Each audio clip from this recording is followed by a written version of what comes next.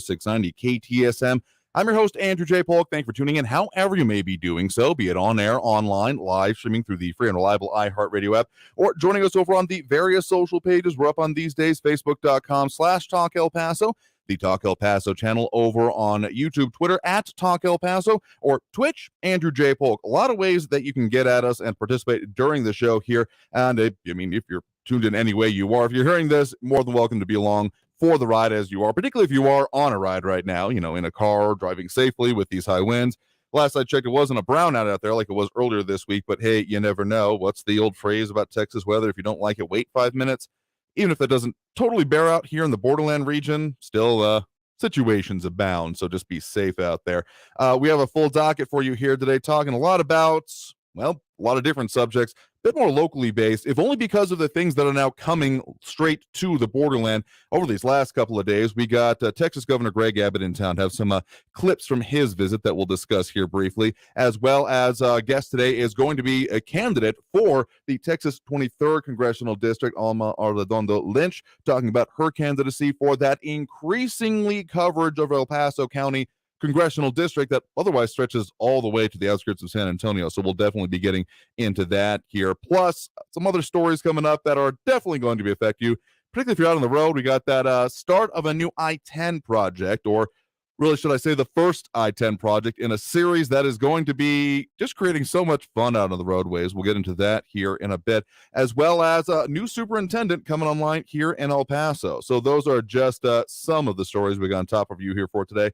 Again, some of the better ways you can comment throughout the couple of hours, as we are 4 to 6 p.m., is going to be facebook.com/Talk El Paso, main page, the one we consider the Skeptic Squad occupying here, because, there's so much to talk about. But let's go straight to the one that I kept teasing yesterday and came in right after we were off air, that we did have the visit from Texas Governor Greg Abbott coming through town yesterday as part of his campaign. Not the only appearance he's even going to be making in just the next couple of weeks here in town. Actually, both pre-election right now and then just after the election when it comes to that Lincoln Day dinner that is going to be, before too long. But was listening to him and some of the things he had to say afterwards, and we got some audio from that during that time from our news partners over at KFOX 14. And here's how we introduce him after the introduction by, El Paso County Republican Party Chair Ray Baca.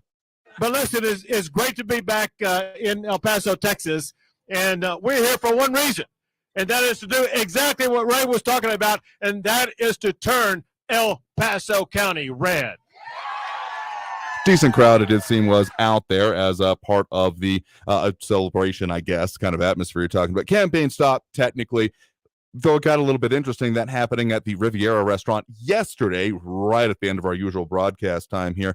One of the things that was a little wild for me, and isn't necessarily something I'd usually get into, but the first reference that Governor Greg Abbott made to his presumptive opponent throughout any of the speech, I will say that kind of that continuing narrative, not much of a focus, or even that I could detect. Maybe I missed it, but I listened to the entirety of what he talked about publicly to the whole group, stayed around answering questions from supporters there. Notably, did not take any questions from media present, so none of those specific questions I think got asked that our news partners had been planning to yesterday. But, just listen to this first reference he made when referring to his presumptive Democrat opponent here. Now, this is important because we've seen some people like Beto go around talk.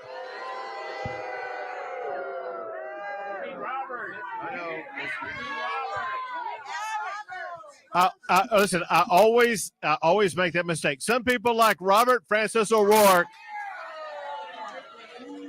they want to crush jobs with the Green New Deal. Okay, I can't help but laugh at that because y'all really wild and out there. You literally booed the governor for saying Beto? Like, okay, if you got a specific way that you want us to, and we say it, Robert Francis Beto O'Rourke, using all the names used to identify this person, and again, the presumptive Democrat nominee when it comes to this, but y'all really booed the governor for saying Beto? Those people who are out there today and might be listening today, that yesterday, that is, you were out there. I mean, that's a little bit wild for me. So, I mean, that set an interesting tone for the rest of it. Mostly non-boos, or at least not booing at the governor for the rest of this speech, which was just the mildest bit surprising to me. But he went on to talk about some more of his campaign priorities, talking a lot about the economic success of Texas. Nothing terrifically surprising, though he did bring up some of that situation that has been evolving and getting more reporting in, including from local sources, El Paso Link and such, about what is going on with the border wall, and him talking about essentially a Biden administration boost. We got a boost from the Biden administration itself, because you remember all of the wall that the Trump administration had purchased with your taxpayer dollars. It was laying on the ground. And Texas got it. We didn't steal it. We got it legally. We got it legally. And the wall that Biden was letting go to waste is now being used to secure the great state of Texas. So that's a little bit of what he said. And then so that was more a bit of a focus, but again, not too much locally based feedback from what they were talking about during this race. But what I will say is that, again, kind of the pledge he made at the start there to, I'll just let him put it his way about getting past the primary and into the election, about plans for the local area. We're going to be working in El Paso just like what we have done in the Rio Grande Valley. We're going to work and work and work until we ensure Texas is a Republican county. Thank you all. God bless you all. And God bless the great state of Texas.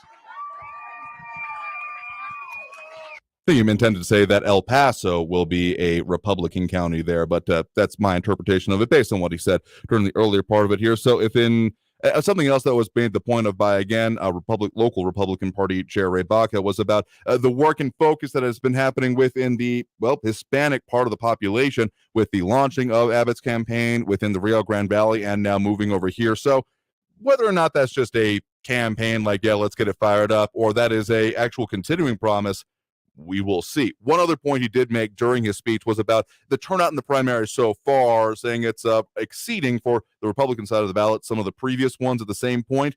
Not exactly the case here in El Paso. As of last check, we're still looking at about 2-1, roughly, actually a little bit under that when it comes to Democrat versus Republicans voting so far in the early voting in El Paso. So definitely something to be done there if that is indeed an interest in something that, just Republican officials locally and statewide are going to continue to focus on going forward here. So that's one of the things going on. And one other one that John Brazelton mentioning here, that the new superintendent doesn't speak Spanish.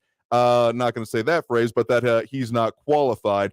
And, there's some discussion about that. Again, title from our news partners coming up this week that parents unhappy with Socorro ISD superintendent finalist because he doesn't speak Spanish. The sole finalist being Dr. Nate Carmen of the Rio Grande Valley, where he served as superintendent down there for a better part of the last decade. And some feedback there, some concerns about bilingualness, but we'll have to get into that more here after the break because we are...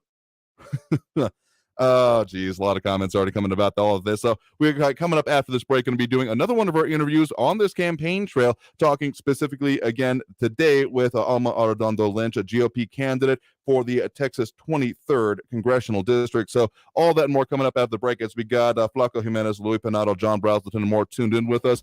Got to take that break right now. Coming out of it, that guest, and of course, more of the discussion about the things affecting us here in the borderland. So stay tuned. Back after this break with more Talk El Paso here on News Radio 690 KTSM.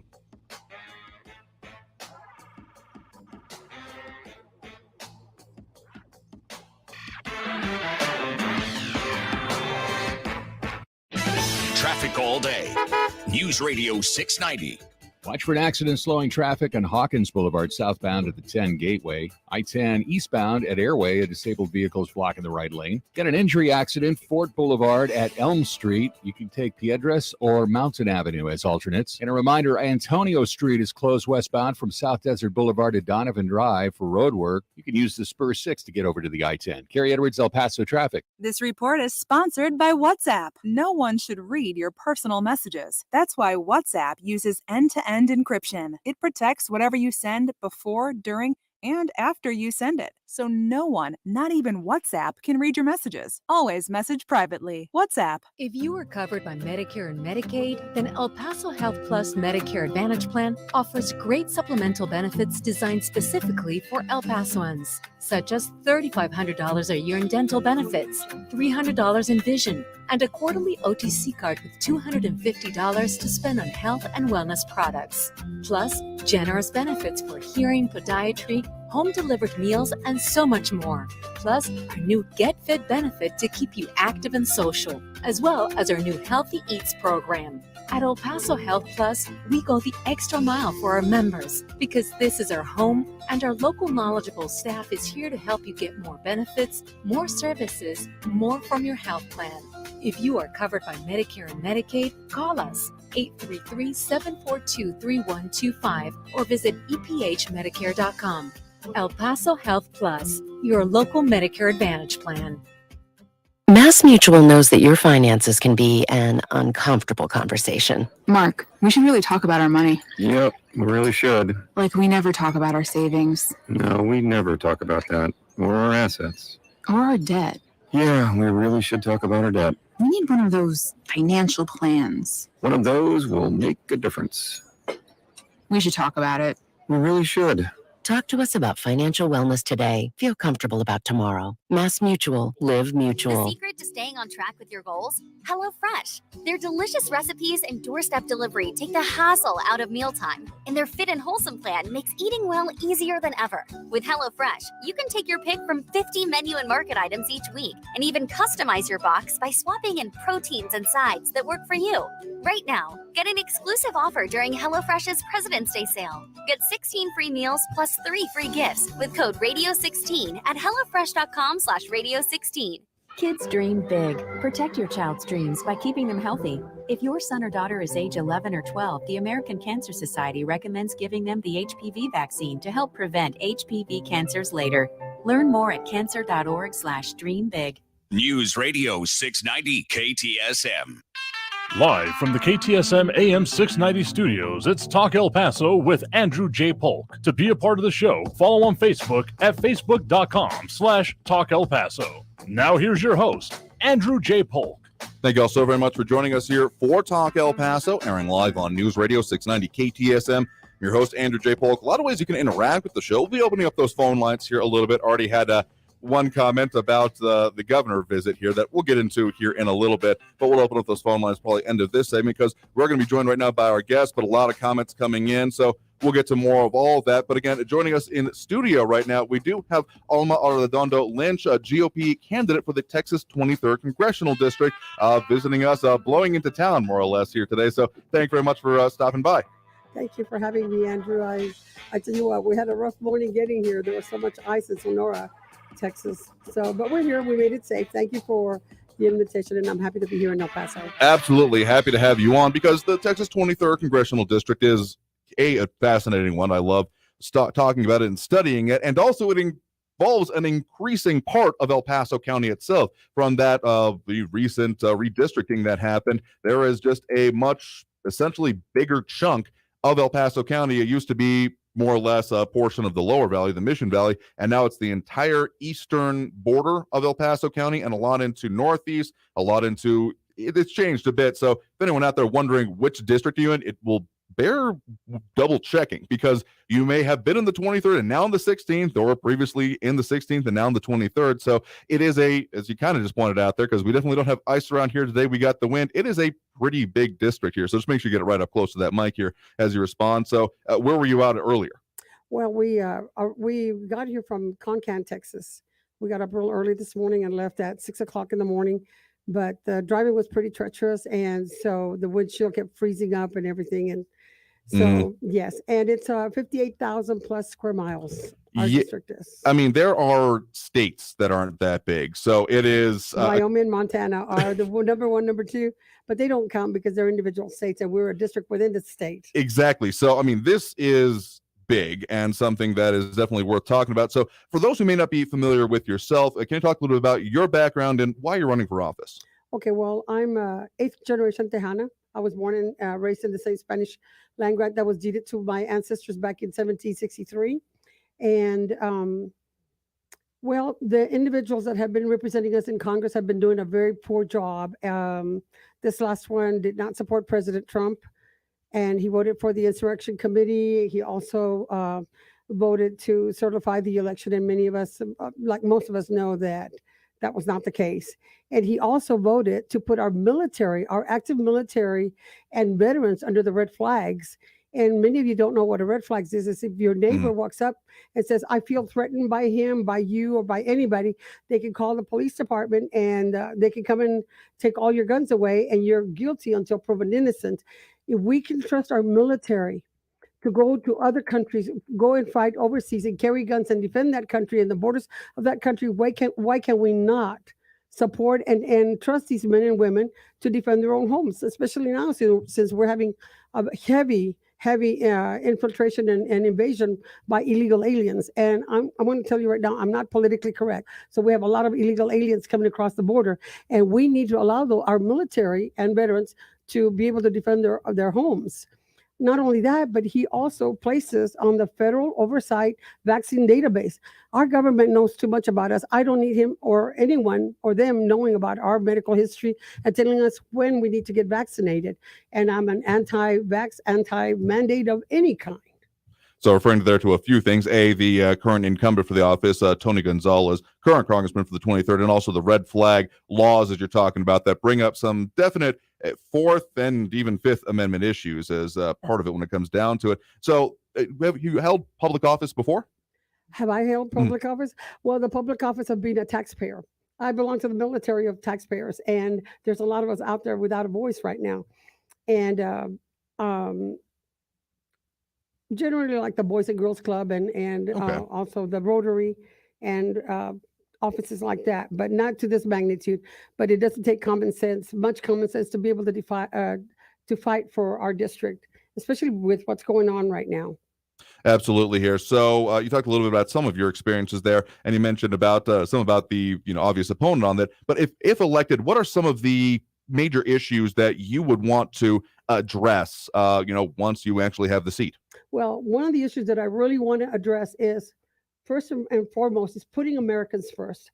Our congressmen in D.C. have forgotten the people that put them there, the grassroots. And I am for putting Americans first. Not only that, but being able to remove as much government regulation from our oil and gas industry, and also being able to secure our borders and be able to help our law enforcement, the Border Patrol. And you probably will ask me, well, what qualifies you? Is that I was the wife of a U.S. Customs officer. We lived in McAllen, Zapata, Mission. We even lived here in El Paso. So I understand the problems of the border. And so I'm very well versed on that. Being the spouse of a law enforcement officer, if your wife is not happy or you're in a remote hardship area, your agent is not going to be happy. And I want to address those issues. Put Americans first, secure our border, and make sure that we open up our oil and gas. Not only that, put us on the world stage again as the #1 producer of oil. We don't have to be begging OPEC or Russia for them to release more oil. It also creates jobs. And that is one of the main things that we need to be doing right now with the economy. I don't know if anybody likes paying the gas prices at the pump. I certainly don't.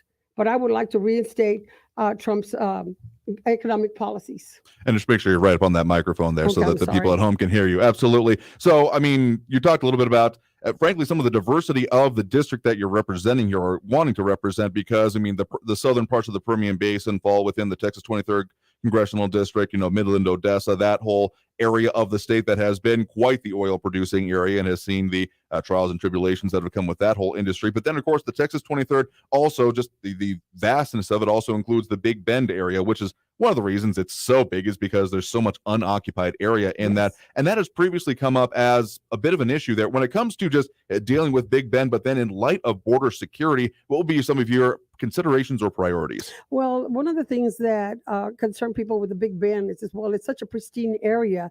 We don't want to see a wall. Well, we need to use common sense.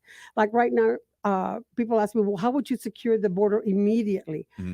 Well, we have a lot of material still laying there that is decaying. And I'm sure you know that we have tons of concertina wire. Where the river runs, we can unravel that concertina wire, make it 10 rolls wide, People are not going to try to travel or walk or swim through that concertina wire until we can secure the borders a little bit better than that. But we can use a whole bunch of all different kinds of sources to secure our border, not necessarily a border wall, especially in the Big Bend area.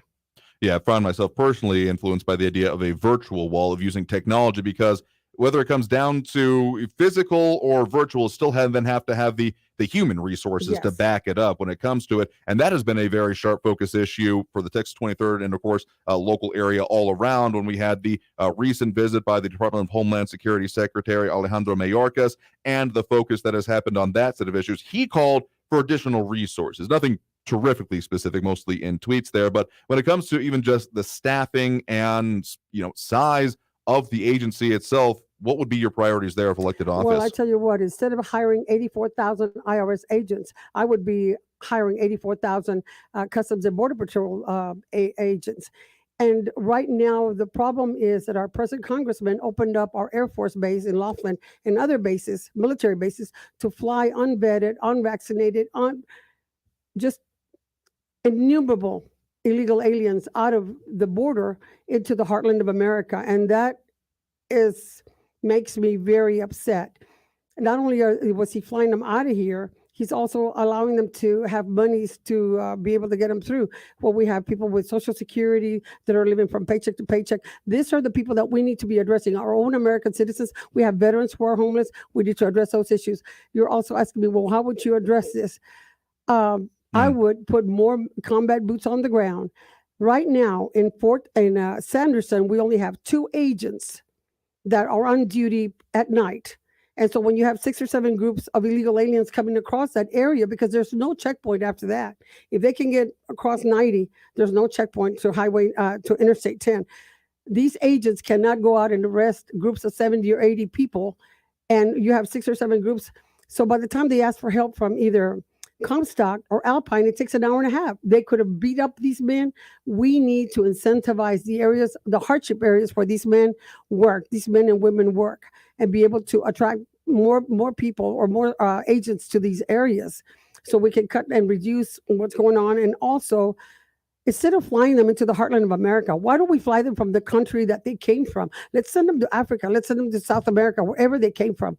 I am not, and I will not put up with flying them into our country anymore. We need to vet these people. That is something that recent reporting has been coming about. Some of the guests we've had on previously from the Center for Immigration Studies saying that this is a quiet program that the Biden administration has kind of begun doing, of essentially repatriation flights, as opposed to the Title 42 system of just immediate removal across the border, which has caused its own issues, but full repatriation flights down into the interior of the countries in question there. If that is in fact something that they are doing, they haven't really admitted it yet, but they are really wanting to focus on. What would you want to see or do regards to that, again, in Congress? Well, in Congress, I would like to go ahead and remain in Mexico and vet these people. I'm not against immigration. I'm against illegal immigration. I want them to come through the proper channels. But if they're coming here illegally and we're catching them, send them back where they came from, and they were not qualified to come into the United States on the proper channels if they get caught coming in illegally. And right now we're getting MS-13s and known terrorists that are coming from foreign countries that we need to know who these people are, because let's face it, these terrorists are very, very patient, and we want to know where the sleeper cells are. And they're very patient in Americans. We need to make sure that we keep America safe.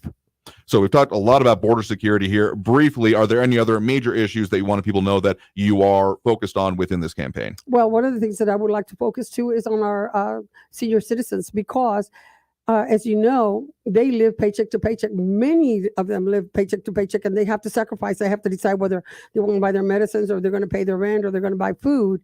And if you look, it's all interrelated. If we're spending money on illegal aliens, that means it's money that is not going to our senior citizens, American citizens. And I believe that we have neglected our American citizens for too long. We have taken them for granted. And let me tell you, just because you served in the military does not necessarily make you a leader. And by the same token, I served in the military as a civilian dentist for the Navy up in the Pacific Northwest. Mm-hmm. But we must start seeing ourselves a military of taxpayers. us as military taxpayers, without us, nobody could move. If we don't pay our taxes, our country doesn't move. And so we need to start putting Americans first, those that work very, very hard and that are having difficulties right now. And we need to take care of their concerns, putting Americans first. Again, guest right now has been Alma Arredondo-Lynch. Want to find out anything more about her campaign, main campaign website, dralmaforcongress.net, and also on social media as well, right? Yes, Dr. Alma for Congress at gmail.com. And just reach out to us. You can ask me any questions. My phone number, I will give you my phone number because I'm not afraid of answering questions directly and staying in touch with you all. My number is 830-591-9586.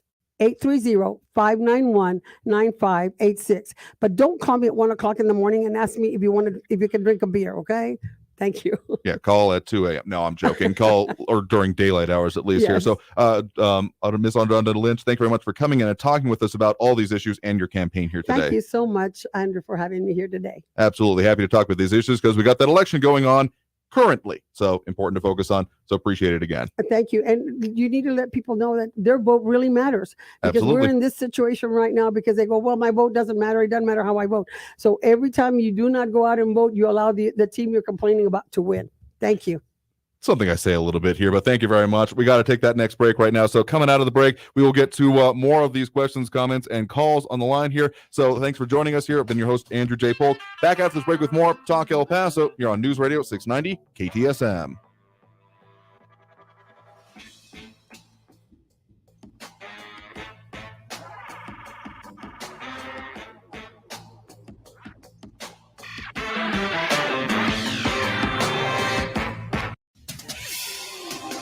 El Paso's News Radio 690 KTSM.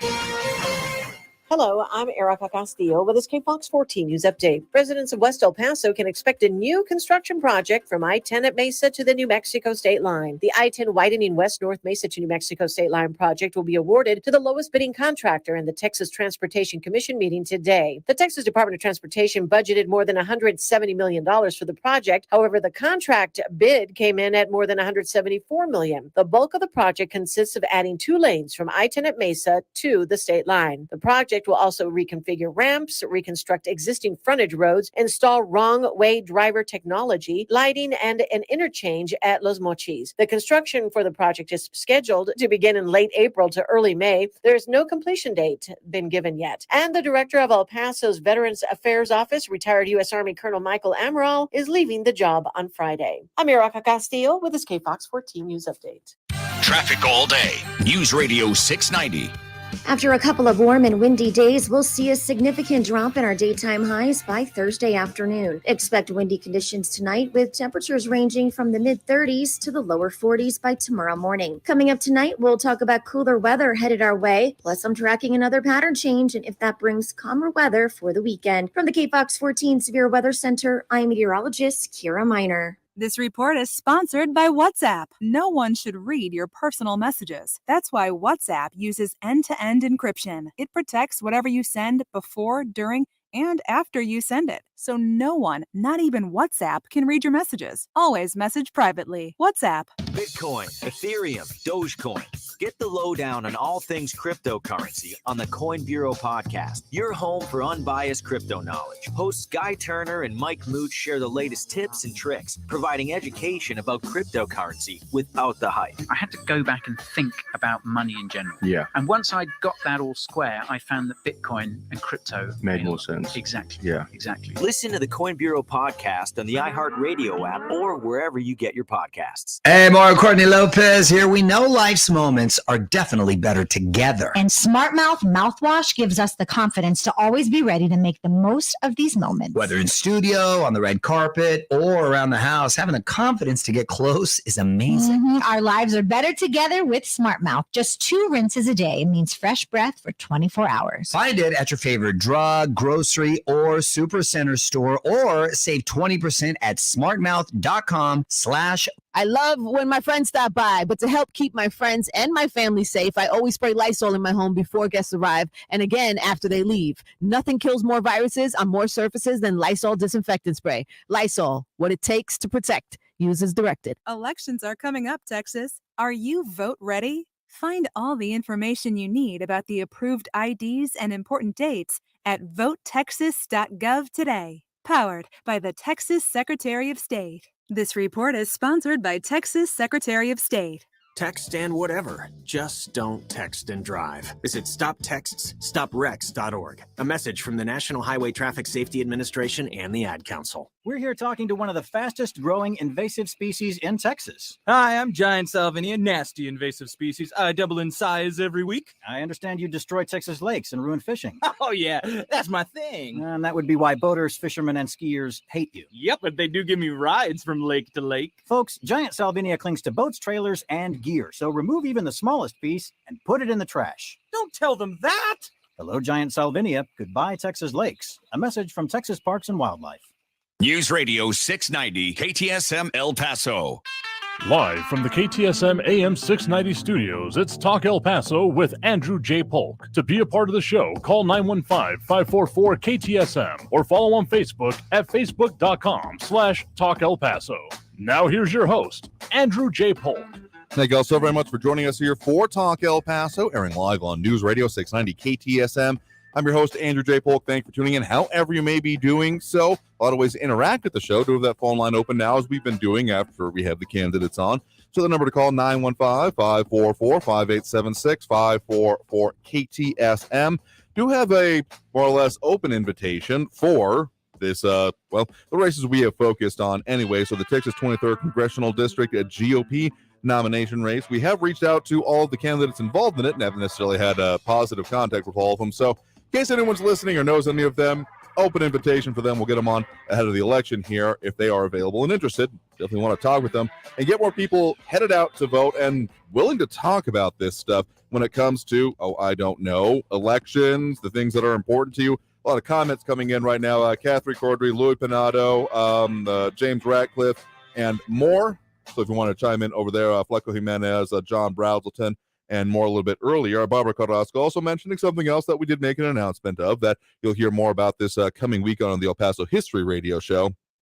Are going to be seeing some changes there as we continue on and as the times of life change. But that show will be continuing on strong and still doing exactly what it is focused on, which is El Paso history and focused around the phrase Texas history begins in El Paso. So just as a note for that show will keep doing what it does and we'll keep doing what we do here, and they will not be merging at all, in case anyone was concerned about that, as we also have Calvin Williams joining us over on the Facebook page, facebook.com/Talk El Paso.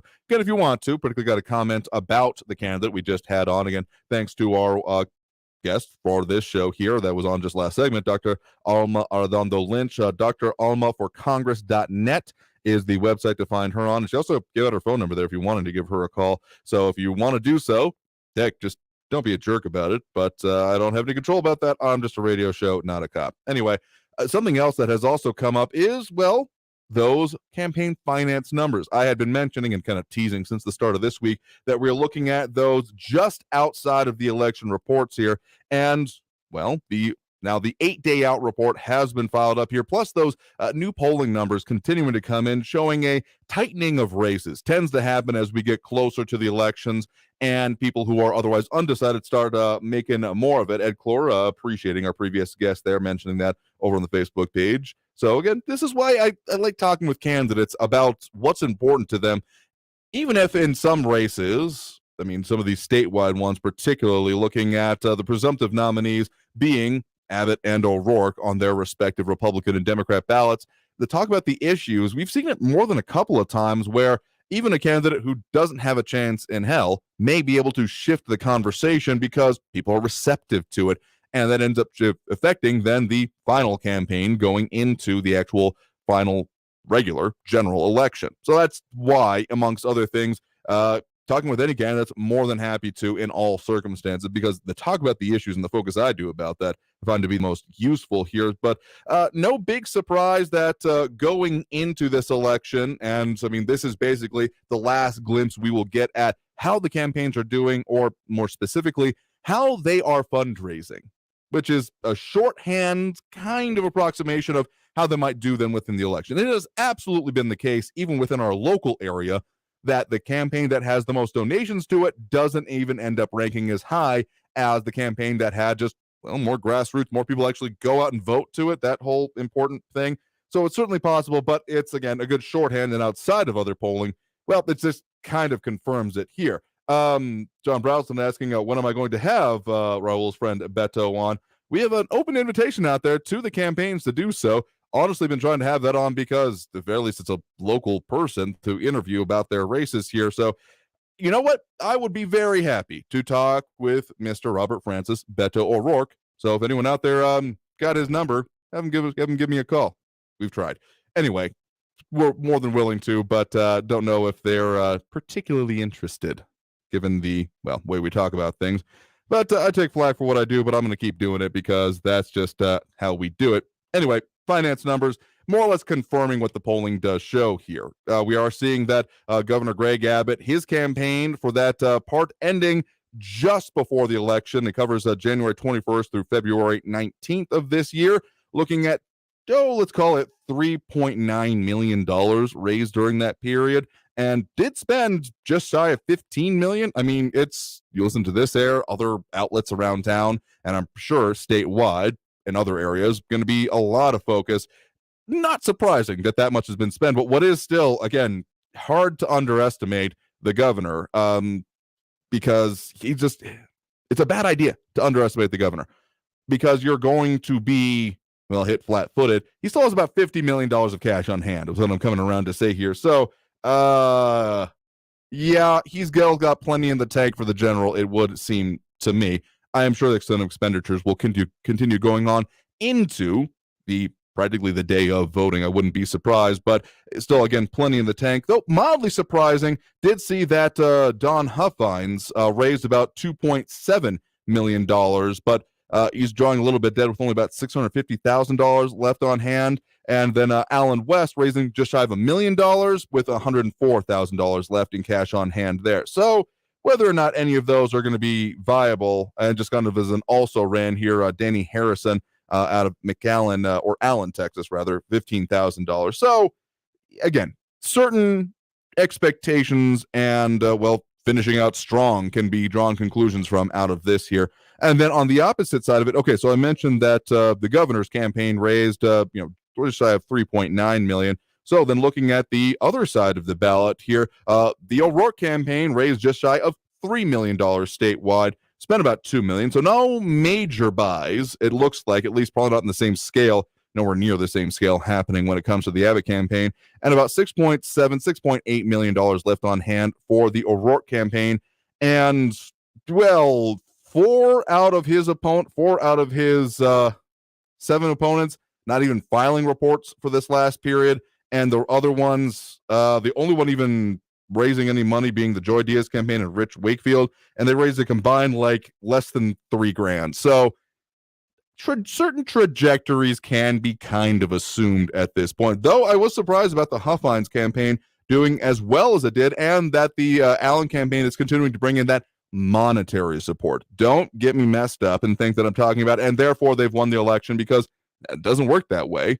But trajectories, momentum, enthusiasm behind the campaign, all of this can kind of be correlated with it. So, I mean, take it with a grain of salt, if you will, but it's looking very likely. But down ballot, it gets a little bit more interesting, and we're going to have to get into that after the break here, because we're already due for that next one. So, again, we have that phone line open if you want to comment on the candidate we just had on. Again, Alma Arredondo-Lynch, and the races in general. If you want to call in, that number to do so, 915-544-5876, 544-KTSM.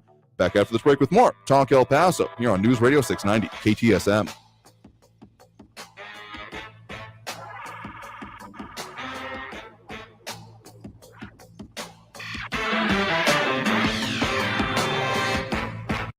News Radio 690.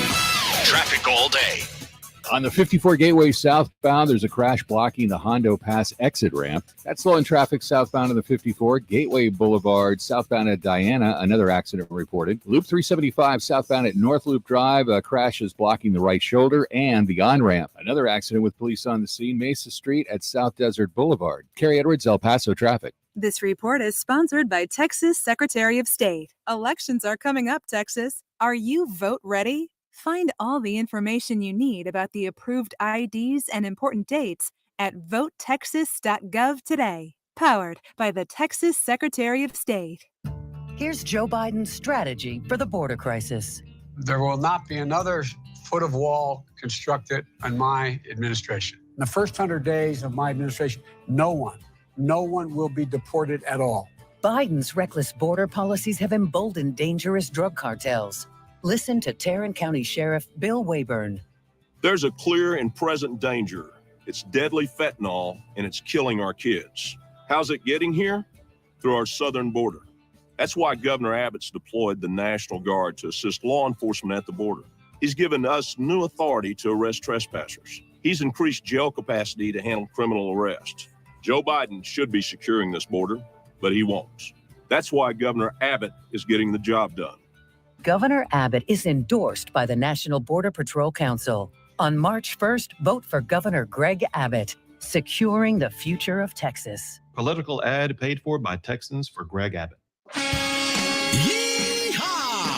It's Ram Truck Month at Silent Park Chrysler, Dodge, Jeep, Ram, Fiat. Don't wait for your tax refund. Buy now and get huge savings with zero down. Save thousands in interest with zero APR for 72 months on all new 2022 Dodge Charger, SXT, and GT models. Huge selection of new cars, trucks, and SUVs with huge savings. 2022 Ram trucks with 2.9% APR for 72 months. Zero down. Zero payments for 90 days. Get her done. Upside down in your trade? We want it. Even if you owe thousands more than it's worth. We've partnered with even more aggressive lenders with great rates and terms for good credit, or even if your credit is less than perfect. The all-new Silent Park Dodge Certified Pre-Owned Supercenter has a great selection with more arriving daily. All military personnel and all first responders receive an additional discount. Thank you for your service. Silent Park Chrysler, Dodge, Jeep, Ram, Fiat. Where buying a car is still fun at I-10 at Silent Park Drive or online at silentparkdodge.com. Estamos en tu esquina, El Paso. El Paso Strong. Includes factory rebate and dealer discount plus TTNL. 0 APRs, $13.89 per thousand finance. Also like vehicles with a free credit. Offers not combined. Hiring is hard. Luckily, there's Indeed. The hiring platform makes it easy to attract, screen, and interview candidates from the same place. Just sponsor a job. You'll immediately get a short list of quality candidates on Indeed. Visit Indeed.com/credit to get started. El Paso's News Radio 690 KTSM.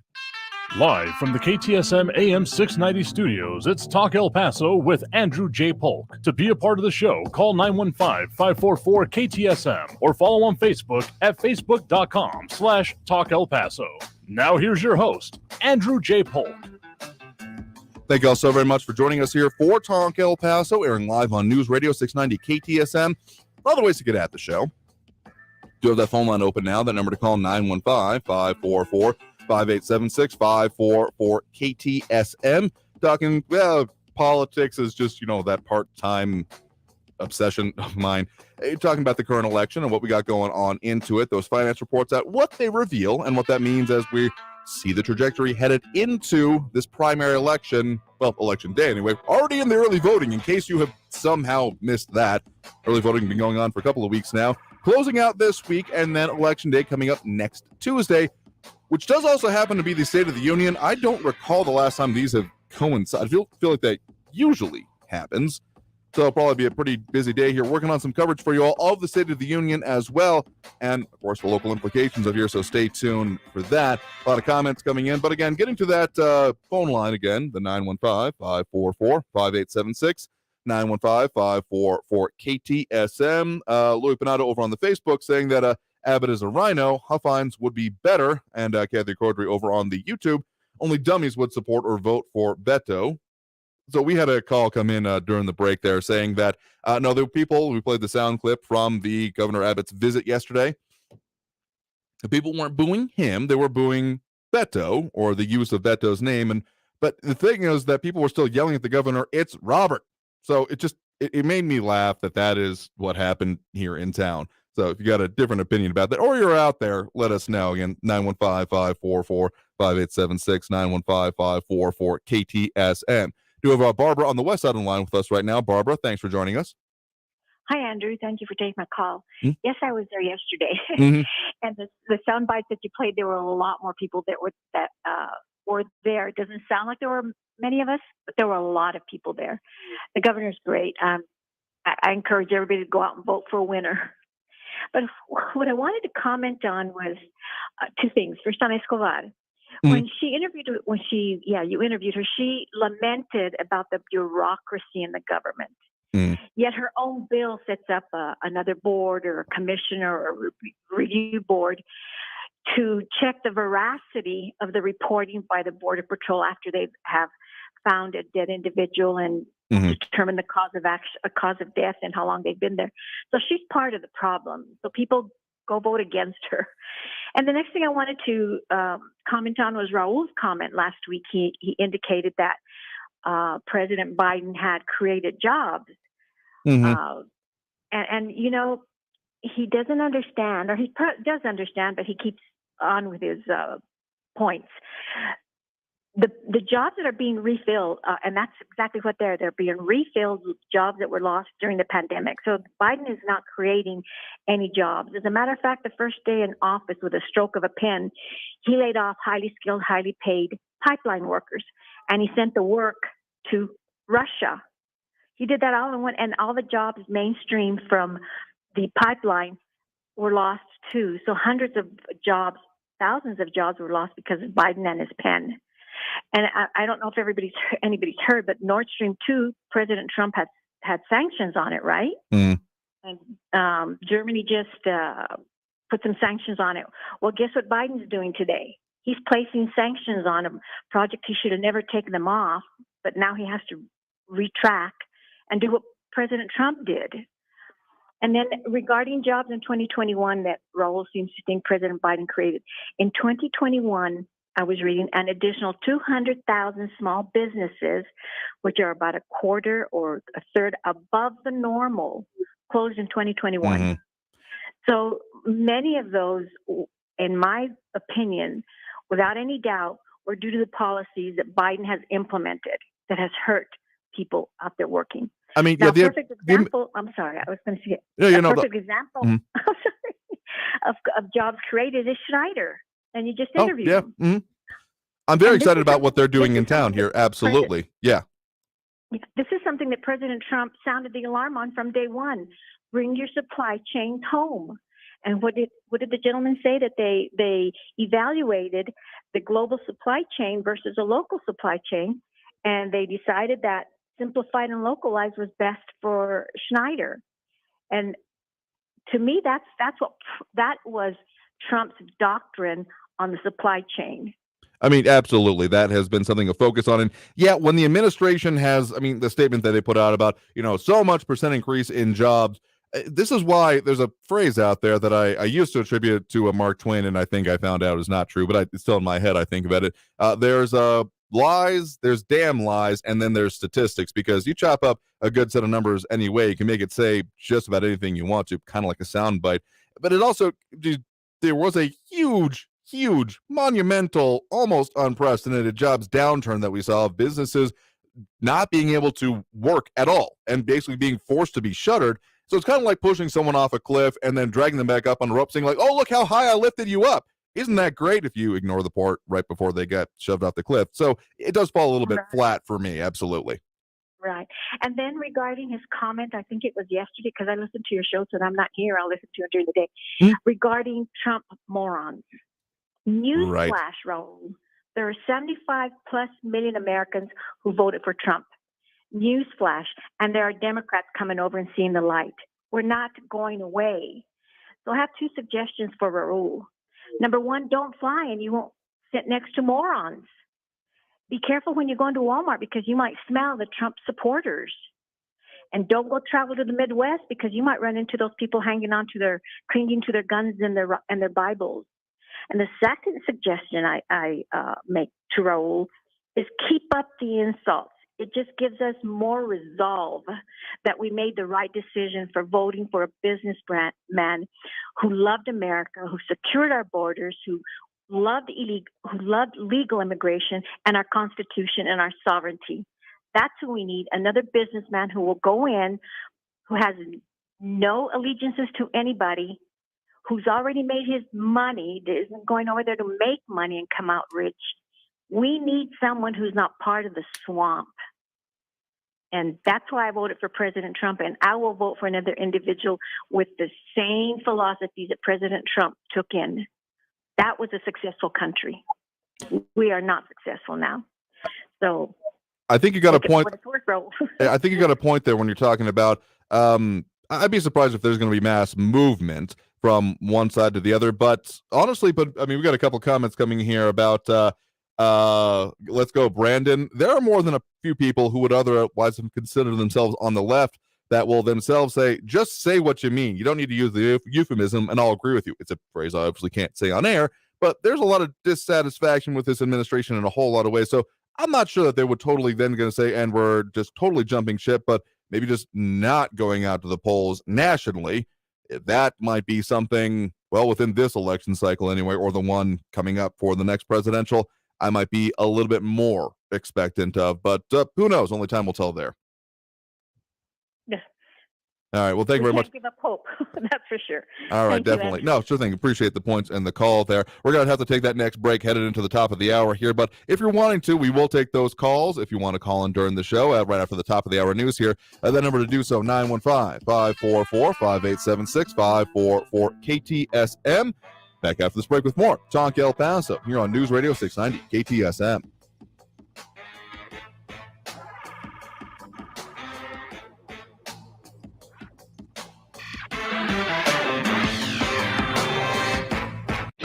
Traffic all day. News Radio 690. Southbound on the Gateway Boulevard, there's a crash blocking the Hondo Pass exit ramp. Use caution there. Police still working an accident Mesa Street at South Desert Boulevard. Loop 375 southbound, a crash blocking the right shoulder and the on-ramp at North Loop Drive. And an accident reported Lee Trevino northbound at Vista del Sol, Pelicano, or Lomaland can be alternates around it. Kerry Edwards, El Paso traffic. Crime skyrocketing. A dangerous crisis at the border. Joe Biden's socialist agenda is hurting Texas. The choice for Attorney General couldn't be more important. Ken Paxton, he's under indictment by a Texas grand jury and is being investigated by the FBI for corruption. Conservative lawyers in Paxton's office have seen enough. They resigned, so Paxton's hired outside personal injury lawyers to handle important cases, costing Texas taxpayers millions. Texans have a better choice. Conservative Republican Eva Guzman, a lifelong Texan. She went from humble beginnings to a distinguished career as a Texas judge, where she ensured criminals stayed behind bars. As a justice on the Texas Supreme Court, Eva Guzman upheld the Constitution. She'll take on Joe Biden to secure our border and support law enforcement. Conservative Republican Eva Guzman for Attorney General. Political advertisement paid for by Texans for Eva Guzman. Extreme mood swings, substance abuse, change in sleeping habits, avoiding friends, family, and the things you used to love, suicidal thoughts. These are just a few of the signs of mental illness, and if you or someone you know is experiencing them, research says that talking about mental health has the power to make a person suffering feel less isolated, and we all deserve that. Go to iHeartRadio.com/talk for tips on how to start the conversation. This has been brought to you by NAMI, the National Alliance on Mental Illness, and iHeartMedia. It only takes a minute to find out if you may have prediabetes, and you can do it at doihaveprediabetes.org. But you're probably not going to, are you? Kids, work, listening to the radio. You're busy, which is great because busy people can't get prediabetes. Oh my, I read that wrong. They can. Should have worn my glasses. So visit doihaveprediabetes.org and take a short test because prediabetes can be reversed. Brought to you by the Ad Council and its pre-diabetes awareness partners. There won't be much substance on your news feed until you add us. Just like us or click on the link. News on the KTSMradio.com. Traffic and weather all day. News Radio 690 is KTSM AM El Paso, an iHeart radio station. NBC News Radio, I'm Brian Shook. The White House says more sanctions against Russia could be added if it escalates its invasion. Press Secretary Jen Psaki claimed the U.S.-led sanctions that have been imposed will have a big impact on Russia's economy. Borrowing cost for the Russian government has spiked to almost 11%, Foreign investors are fleeing Russia. The ruble is trading at its weakest level since November. Psaki said Russian President Vladimir Putin appears to be improvising and adapting after the U.S. released intelligence about his plans. A convoy of truck drivers protesting COVID restrictions is headed from Southern California to Washington, D.C. Organizers are hoping to rally at least 1,000 drivers to their ranks. National Guard troops have been authorized to conduct traffic control in Washington, D.C. ahead of the convoy's possible arrival. The market is down amid growing Russia-Ukraine tensions. At the closing bell, the Dow Jones lost 465 points to 33,132. The S&P 500 lost 79 to 4226. The Nasdaq fell 344 points to 13,037. Two leading prosecutors investigating former President Trump's business dealings are stepping down. Liz Warner reports. The New York Times reports prosecutors Kerry Dunn and Mark Pomerantz resigned abruptly today from the team after Manhattan DA Alvin Bragg reportedly expressed doubts about moving forward with the case. Neither attorney is commenting on why they've resigned, nor has DA Bragg offered any comment other than an expression of gratitude for their service. This departure is thought to dim the prospects for the long-time investigation into the former president's real estate and corporate practices, which Trump himself has called politically motivated. Liz Warner reporting. Los Angeles Rams quarterback Matthew Stafford says he wishes he had a better reaction to a woman falling off of a stage. You're listening to the latest from NBC News Radio. A new study shows South Carolina is one of the most dangerous states for young drivers. Sarah Bartlett has the details. The study by the Dolman Law Group shows that there were 552 deadly crashes on South Carolina roads involving drivers ages 15 to 20 between 2015 and 2019. That data makes it the fourth highest state in the country for deadly crashes among young drivers. The Palmetto State is only behind Mississippi, Alabama, and Montana. South Carolina's average rate of 144 deadly crashes per 100,000 young people is 74% higher than the national average rate of 82 deadly crashes. The parent company of Louis Vuitton is looking to buy Ralph Lauren. Luxury goods giant LVMH is reportedly considering buying the company, which was started by Bronx native Ralph Lauren. It would be one of the largest apparel industry deals ever. Performances are beginning in New York City today for a unique portrait of America as seen through the eyes of a Chinese teenager. Sarah Lee Kessler has the story. It's called The Chinese Lady and is based on the true story of the first Chinese woman to step foot in the U.S. It was 1834, and when 16-year-old Afong Moy arrived in New York Harbor, she was immediately put on display for paying customers, mesmerized by her exotic beauty and tiny bound feet. She was a living traveling exhibit for decades across the country. The play is at the Public Shiva Theater through March 27th. Sarah Lee Kessler, New York. PepsiCo is introducing a revolutionary new flavor. The beverage giant introduced its most ambitious feat yet with the announcement of a nitrogen-infused cola. The first of its kind drink will feature a smoother taste than typical carbonated sodas. Nitrogen is more commonly infused in beer and coffee to achieve a creamier, silky texture. Brian Shook, NBC News Radio. This report is sponsored by Blindster. Looking for a great deal on blinds, shades, and shutters? Save 50% off any order during Blindster.com's President's Day sale. Blindster offers custom wood and faux wood blinds, roller shades, cellular shades, even custom plantation shutters. And they're all 50% off for a limited time. Blindster.com. Mass Mutual knows retirement can be an uncomfortable conversation.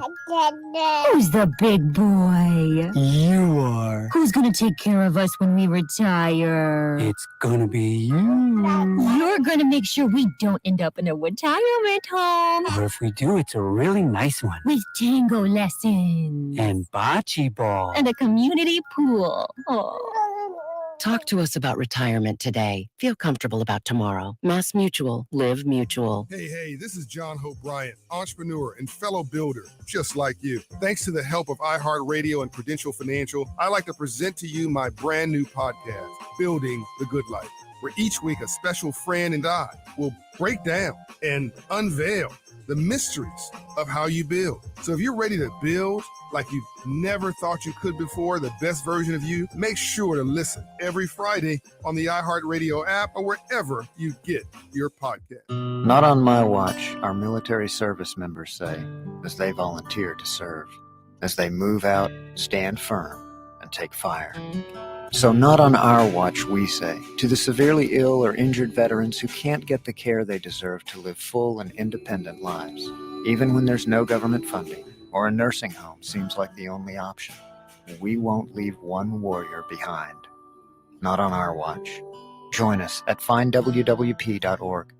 Children who grow up in poverty are part of a destructive cycle. At Child Fund International, we find this unacceptable.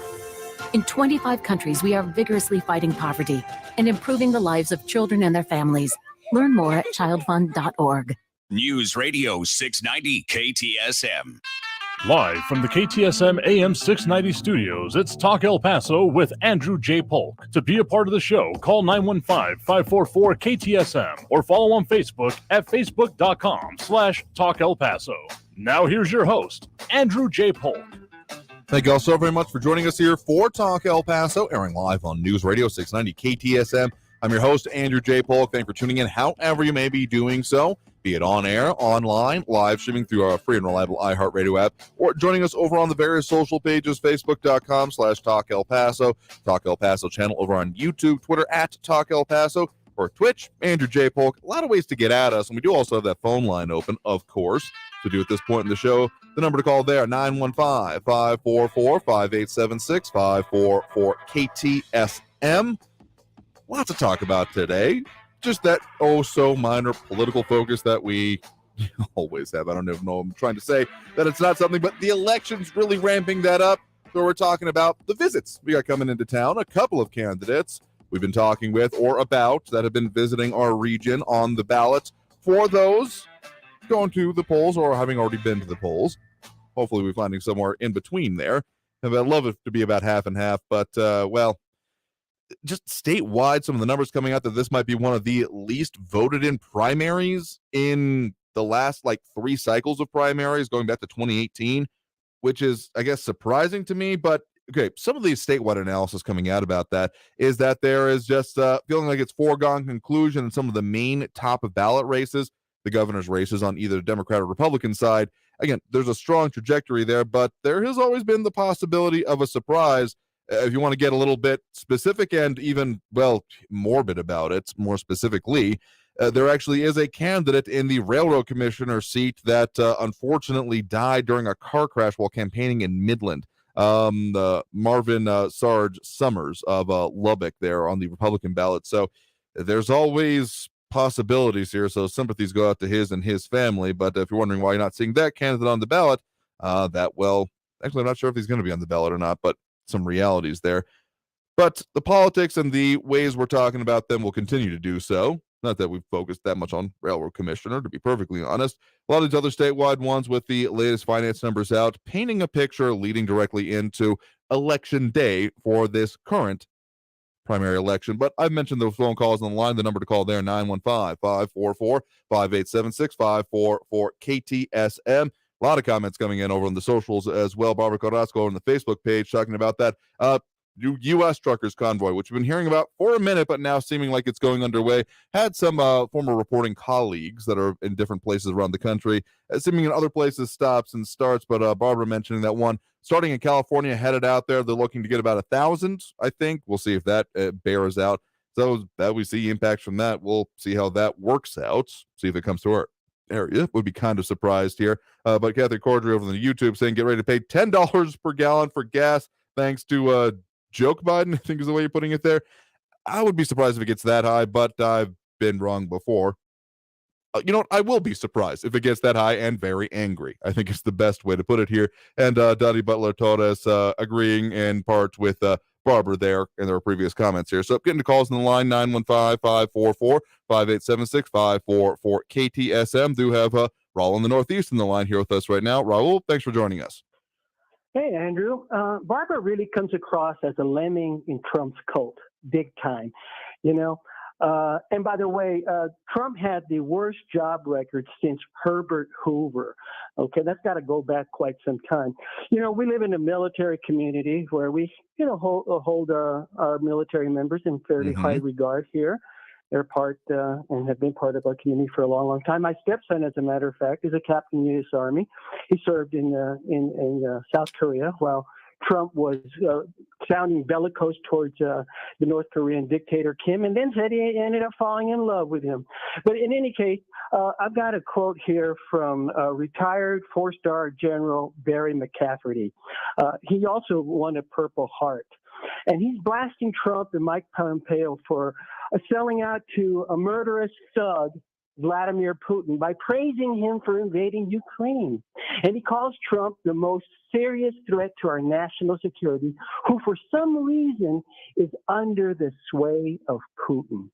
Okay, we're just make it clear here. We are talking about the former president, the person who is no longer in the decision seat of power for this. And I think you're referring to there a little bit the interview that he had with Clay Travis and Buck Sexton that would have been able to hear on our air there yesterday. As my reading of it was, sure, there was some praise of some of the tactics being looked at and mostly the implementation that would be questionable at best to be put in this area, but otherwise pretty resoundingly condemning what happened and is going on currently in the Ukraine, I believe you're referring to there.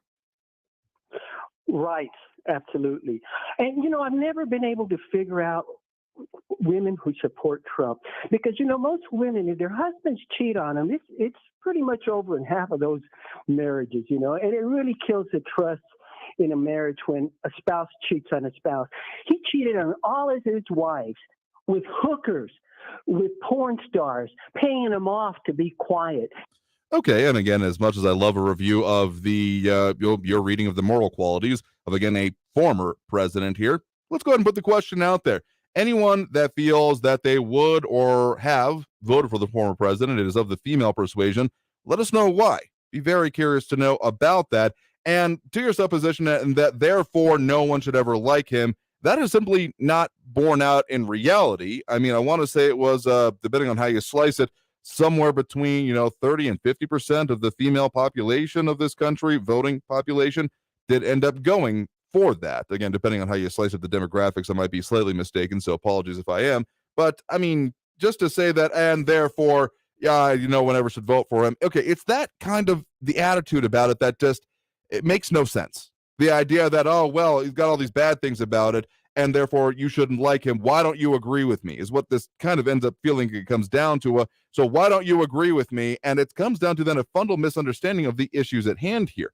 I mean, if you're just looking for the standpoint of, well, all these are the bad things and therefore nothing good can possibly happen out of this, I mean, you've made that point pretty dang clear. I don't think anyone is questioning at this point. And in fact, I've been tempted to write down at certain points my prediction of how we're going to turn around to that point about the former president at any given call here. But you're also missing the point when it comes to the issues at hand here, including trade, border security. I mean, there have been more than a few people in the past that have held their nose and voted for a candidate that they didn't love, but liked what they were necessarily going to do in office. And sure, there may be a bit more of a personal bent to some of the support than has been in place with previous elected officials. That's something I don't get because I don't look at politicians that way. I look at them, what are they going to do for us? But there's been something going on there for literal years. That was what really came out of me for the 2016 election, is because a lot of people, particularly, in media, which I was in at the time, working for local TV news, a lot of people just saying, okay, I don't understand where the support is coming from for this guy. And the simple answer is that there had been a movement going on with that for literal years. It had sometimes breached the surface onto, the, popular and, 24-hour news coverage of efforts that was going on for it. But just to say that, it just came out of nowhere and people just glommed onto it is a misreading of how that situation came up. Because literally we were looking at a fundamental change in how candidates were able to be considered in this country, really, because of how the support he built up outside of even the election process and then brought it into it. So when you say that you hate him for so many reasons and dislike him and don't get how anyone does it, it's pretty clear that you don't get it. And that by just continuing this conversation about, and this is why everyone should agree with me, you're missing the points about why they disagree with you. And that's what I got to say about that. All right, we are going to take that next break right now. Coming out of the break, we'll get to more calls on the line here right now. Again, if you're wanting to call in, 915-544-5876, 544 KTSM. Back after this break for more Talk El Paso here on News Radio 690 KTSM.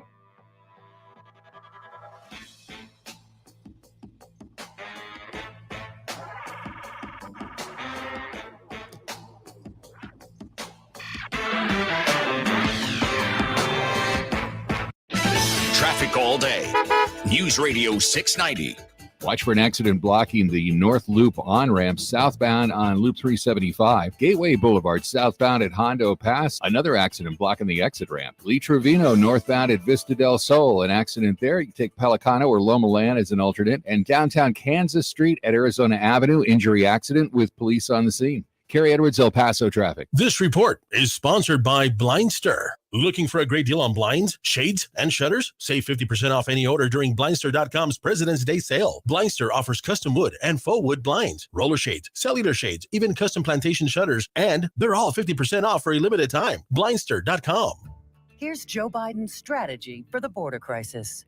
There will not be another foot of wall constructed in my administration. In the first 100 days of my administration, no one will be deported at all.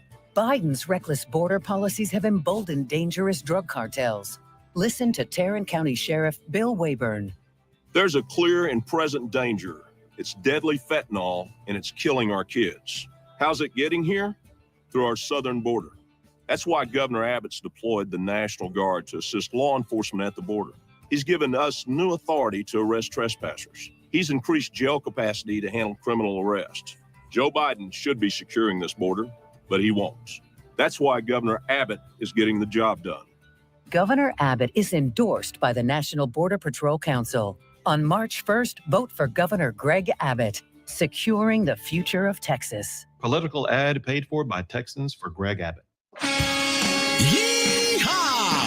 It's Ram Truck Month at Sullivan Park Chrysler, Dodge, Jeep, Ram, Fiat. Don't wait for your tax refund. Buy now and get huge savings with zero down. Save thousands in interest with zero APR for 72 months on all new 2022 Dodge Charger, SXT, and GT models. Huge selection of new cars, trucks, and SUVs with huge savings. 2022 Ram trucks with 2.9% APR for 72 months. Zero down. Zero payments for 90 days. Get her done. Upside down in your trade? We want it. Even if you owe thousands more than it's worth. We've partnered with even more aggressive lenders with great rates and terms for good credit, or even if your credit is less than perfect. The all-new Sullivan Park Dodge Certified Pre-Owned Supercenter has a great selection with more arriving daily. All military personnel and all first responders receive an additional discount. Thank you for your service. Sullivan Park Chrysler, Dodge, Jeep, Ram, Fiat. Where buying a car is still fun. At I-10 at Sullivan Park Drive or online at SullivanParkDodge.com. Estamos en tu esquina, El Paso. El Paso Strong. Includes factory rebate and dealer discount plus TTNL. 0 APR, $13.89 per thousand finance. Also like vehicles with free credit. Offers not combined. Donna from Louisiana. The storm just hit, and we went from donating to the food bank to needing it. Hunger is a story we can end. End it at feedingamerica.org. Brought to you by Feeding America and the Ad Council. News Radio 690 KTSM El Paso. Live from the KTSM AM 690 studios, it's Talk El Paso with Andrew J. Polk. To be a part of the show, call 915-544-KTSM or follow on Facebook at facebook.com/Talk El Paso. Now here's your host, Andrew J. Polk. Thank you all so very much for joining us here for Talk El Paso, airing live on News Radio 690 KTSM. A lot of ways to tune in, chime in, participate in the show. We have that phone line open right now, full up at the moment here as can kind of be expected after we get into such contentious issues. But if you want to do so, the number to call, 915-544-5876, 544-KTSM. Just to put it plain and simple, this kind of discussion and situation we're getting into here is exactly why I focus on policies. Because, I mean, the old cult of personality song often plays in the back of my head. But it ends up becoming a, my dad's better than your dad, my dad can beat up your dad kind of discussion if all you're focusing on is what you like about a person as opposed to, well, let's do an analysis of what their policies might mean for you. And some chiming in about this, Barbara Carrasco saying, businessman not part of the swamp, believe the American working class, just a few. Betty Hopple, if I'm saying that right, saying was hiring a businessman, not a spouse, and more. Fred Ramy saying, I voted for Trump's policies. So I'm just saying this is a little bit of why I focus on what we do. And we ask the questions the way we do when talking with candidates on this program, because, yeah, you can, what you espouse and say you believe in, sure, is important. But then what you're going to do about that and put that into reality and the impact it's going to have on us here in the borderland, just kind of the reason we exist in this program and in this space. Anyway, getting more calls on the line, 915-544-5876, 544-KTSM. Do have Ben on the east side here with us right now. Ben, thanks for joining us. Hey, Andrew. I appreciate your guest that was on today, Ms. Aradondo-Lynch. Mm-hmm. She sounds like somebody that we could really use in the Republican Party. I was talking about one of the things I wanted to talk about was Tony Gonzalez. I can't tell you the number of times I've called his office and asked about different questions about what was going on, and have absolutely received no response whatsoever from him and everything. You can talk to some people, but they never respond. But one of the things I also wanted to talk about is that he voted about 2 weeks ago to extend the government funding. Right. And there were 51 Republicans that he joined against over 200 of Republicans that wanted to shut down the government because of mandates that were put on people that were, at that time actually losing their jobs in the military, nurses that were losing their jobs, doctors that were losing their jobs because of these vaccine mandates and everything. It seems like, that he's completely out of touch with what, about the common American person. Okay. And one other thing, one of the things that, Biden has done, he's put us, he's talked about how Americans are going to have to suffer because of the actions he's taking in Ukraine. So, it's kind of interesting. The European Union imports about 80% of the natural gas it uses. Okay. Russia accounts for 41% of the natural gas imports and 27% of the oil imports in the continent. Now, you've shut down that, and you're going to shut down a lot of people that are going to be very upset in the European Union. And, we're going to feel those prices go up here, too, because now we're looking at Iran to get our oil. And another thing is that energy prices in the EU has gone from 20 euros to 180 euros over the past year. Our gasoline prices have gone up, to $3.50 a gallon.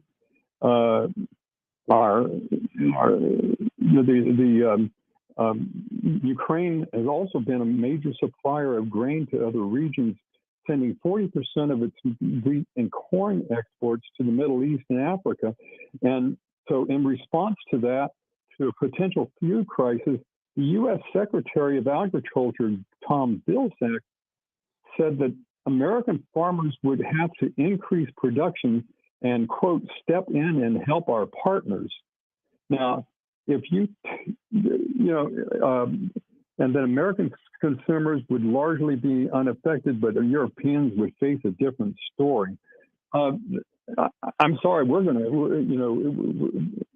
losing our ability to even have fertilizer for our farmers now. Yeah, that's one I've been looking at here and has been concerning to me, because even before this, Russia had mentioned nitrogen fertilizer export bans, and China doing a very similar thing. So, I mean, these are some global things, but those impacts, I mean, we're coming into growing season. I mean, we're talking about release of the water within the Rio Grande coming up here a little bit later this year. And those impacts, I mean, just locally, probably going to have some serious issues for farmers and growers, and even, the guys who own the orchards and, the pecan farms, all of that going to see some issues. And yeah, if the U.S. has been kind of promised, but not totally, going to be making up the gap for Europe, Western Europe, when it comes to energy supplies, you bet your butt that's going to have some impacts here and what we're going to be seeing at the pump. So, I mean, it's all interconnected in a way that has not been previously. I mean, a lot of talk about, since World War II and that kind of thing in the current conversation. Just the last kind of international note I want to make is that we have not seen two countries previously that have had McDonald's in them go to war since the advent of that. So we are looking at a completely different kind of issue if this really goes the way it's going. And I mean, I think that there's a certain point the American public has gotten used to the idea of a conflict being able to happen without there being any impact on them. I mean, technically, we've had a couple of wars going on in some way, shape, or another for the last, 20 years, the forever wars that started getting called. And domestically, you would be hard-pressed outside of looking at defense budgets to know that And so if this really goes that way, we are looking at the kind of pain, like you said there, that has not been seen by a domestic population for literal generations. And we're actually going to go to Iran to get our oil, a country that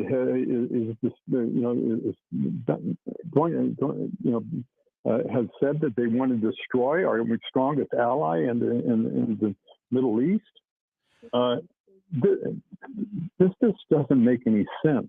What I will say is that I doubt that it would be let's just open up with Iran here, given the ongoing issues with that country, if there would become some muddling of the supply, shall we say, because we're definitely going to be leaning on Saudi Arabia a bit more.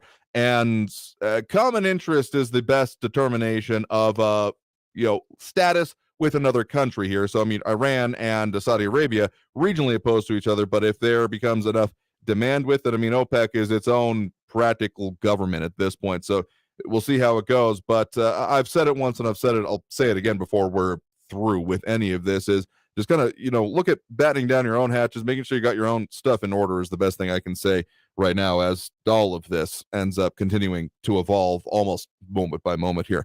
All right, thanks for those points in that call. Trying to get to one quick more one here before we hit that next break. We do have Andrew over on the west side here with us right now. Andrew, thanks for joining us. Yes, good afternoon, and thank you. Basically, I do think one of the biggest concerns for me in this election year would be border security. The number of people that are coming in and not being vetted properly.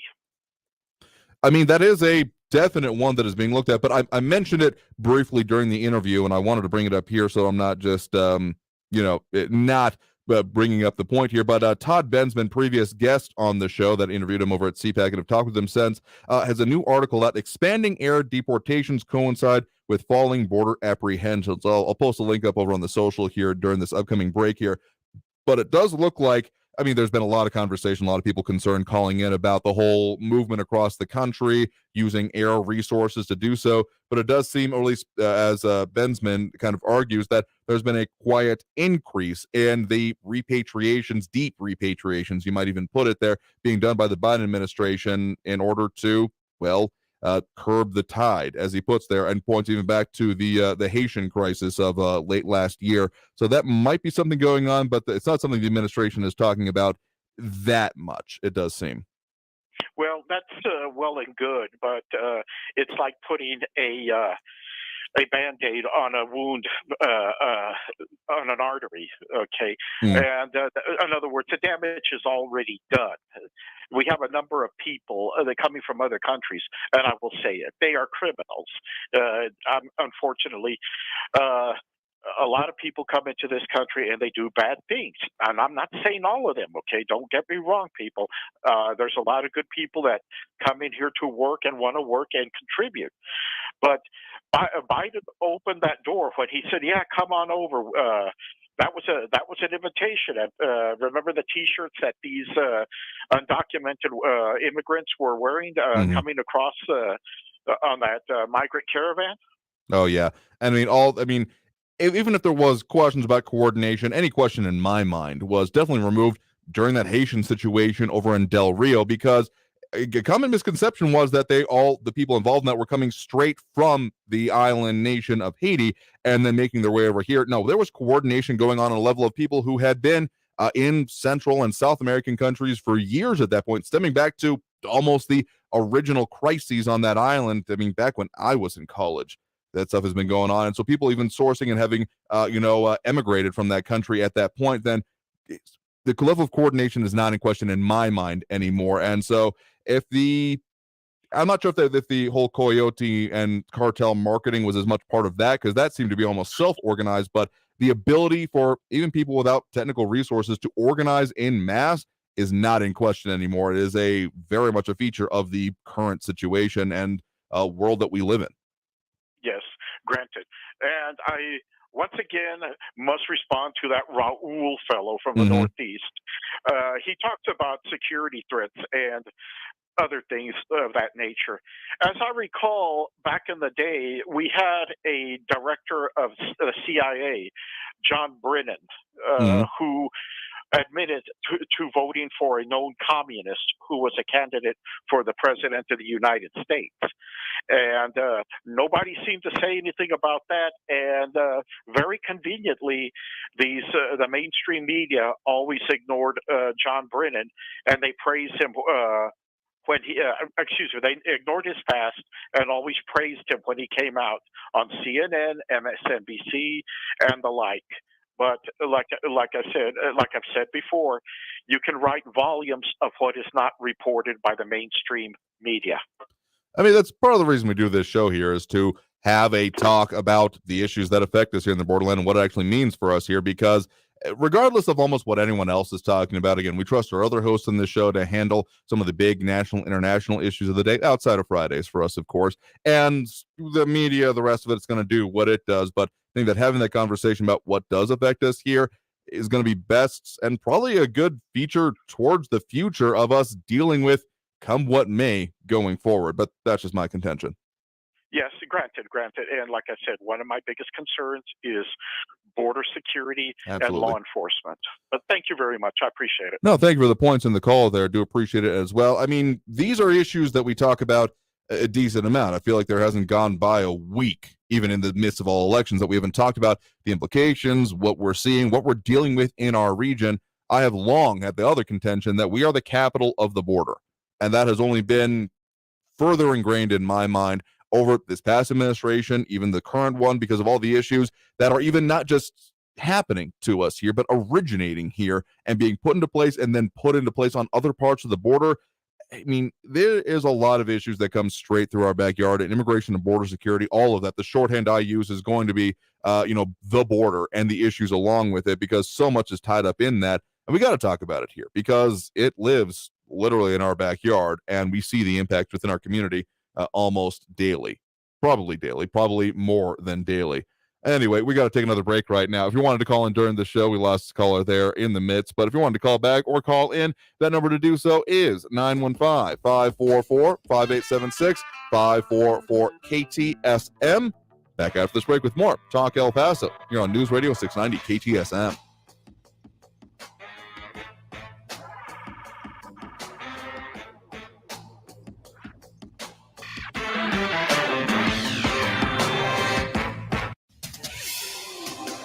El Paso's News Radio 690 KTSM.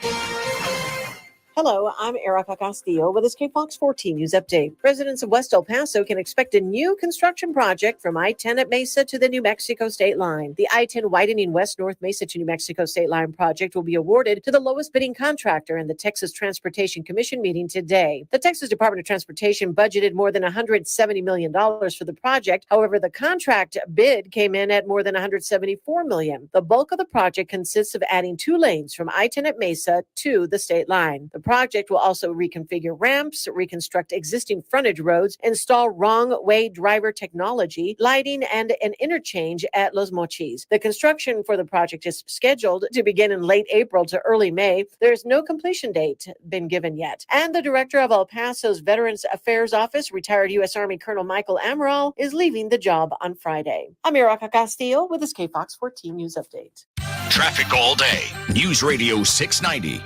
Watch for some slowing Gateway Boulevard southbound at Hondo Pass. That earlier accident blocking the Hondo Pass exit ramp off the 54 Gateway. Mesa Street at South Desert Boulevard. Police still working that accident. Got a crash on Loop 375 at the North Loop Drive exit. It's blocking the right shoulder. And an accident with police on the scene. Vista del Sol at Loma Land. Take Montwood or Yarborough as alternates. Carrie Edwards, El Paso traffic. After a couple of warm and windy days, we'll see a significant drop in our daytime highs by Thursday afternoon. Expect windy conditions tonight with temperatures ranging from the mid-30s to the lower 40s by tomorrow morning. Coming up tonight, we'll talk about cooler weather headed our way. Plus, I'm tracking another pattern change and if that brings calmer weather for the weekend. From the KFOX 14 Severe Weather Center, I'm meteorologist Kira Miner. This report is sponsored by Texas Secretary of State. Elections are coming up, Texas. Are you vote ready? Find all the information you need about the approved IDs and important dates at votetexas.gov today. Powered by the Texas Secretary of State.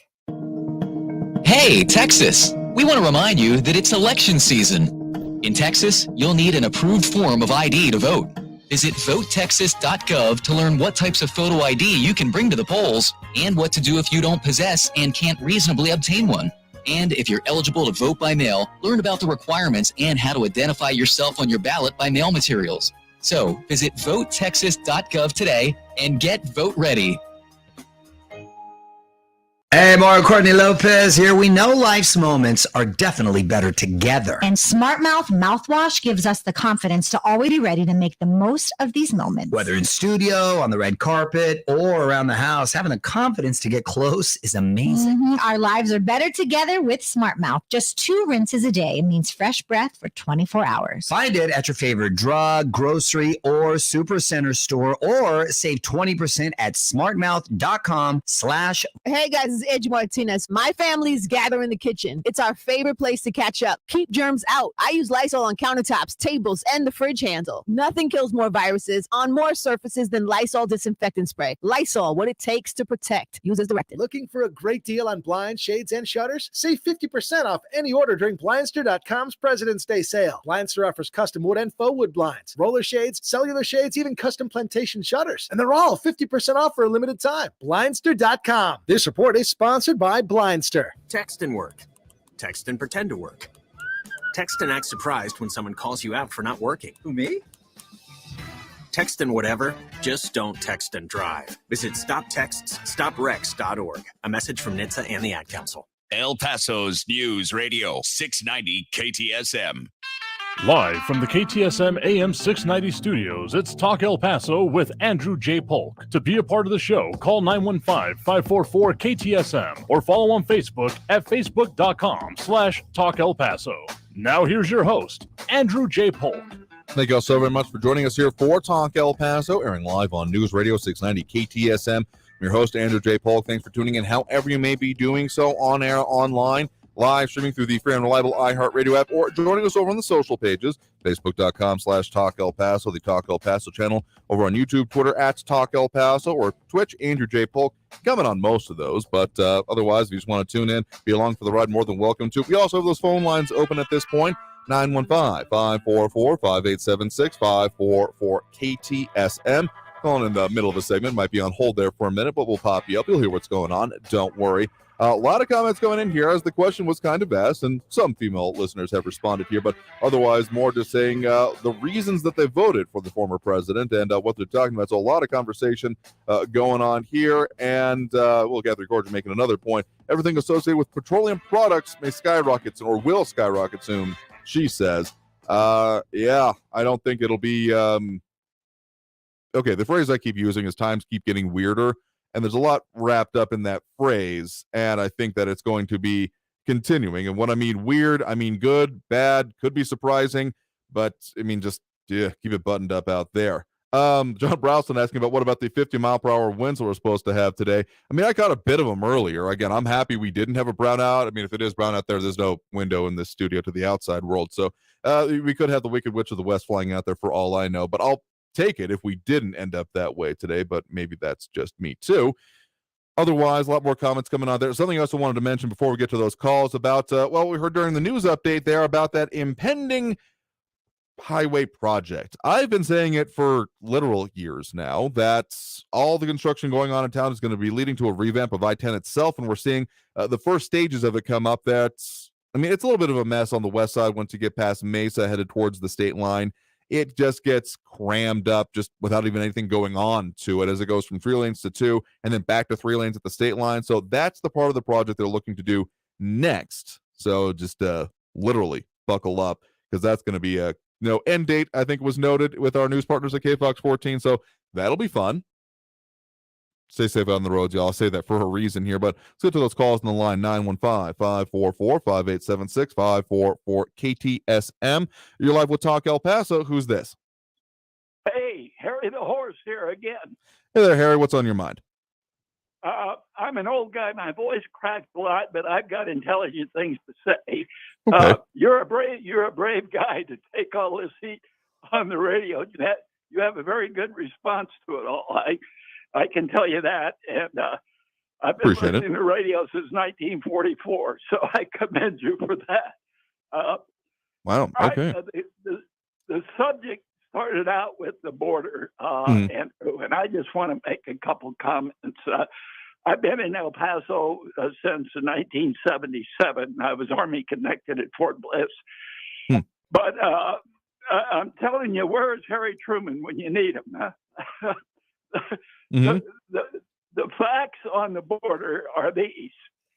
Biden intentionally undone every good thing that Trump has done regarding the border, okay? And why he did it, who knows? Politics, as I told you yesterday, is a jungle, okay?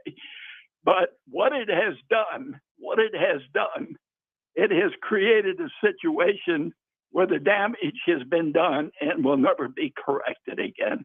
And the previous caller had a point that all the people that were shipped in and got through the border and were located at different locations throughout the country, criminals and diseased folks and everything, and we love them, but, you know, they should have come in the proper way. And it's going to cause us grave differences in the future for some time to come. That you can take that to the bank.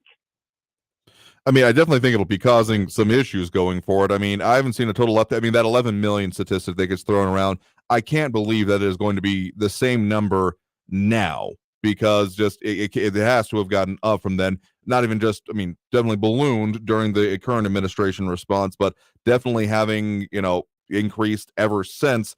I mean, a lot of the policies, I mean, the one thing that the Biden administration hasn't really done on the border to erase what happened during the previous administration was that Title 42 we keep coming back to, because my contention, and even on the further the programs such as the Remain in Mexico, you know, so-called Remain in Mexico, MPP, Migrant Protection Protocols, my contention is that there is probably a sense of relief in some within the administration saying, we didn't actually have to come up with a new program that can go wrong. We can punt and say, well, we had to do this program and therefore we will. Though it does seem to be ramping up a bit towards A, this midterm, and B, with an eye towards the next presidential election. So, I mean, you can see that from just about any politician these days, including Governor Abbott or New Mexico governors, Michelle Lujan Grisham, all putting into place policies that, well, they have maybe not totally espoused previously and definitely have an eye towards their election, that kind of political jungle you were talking about.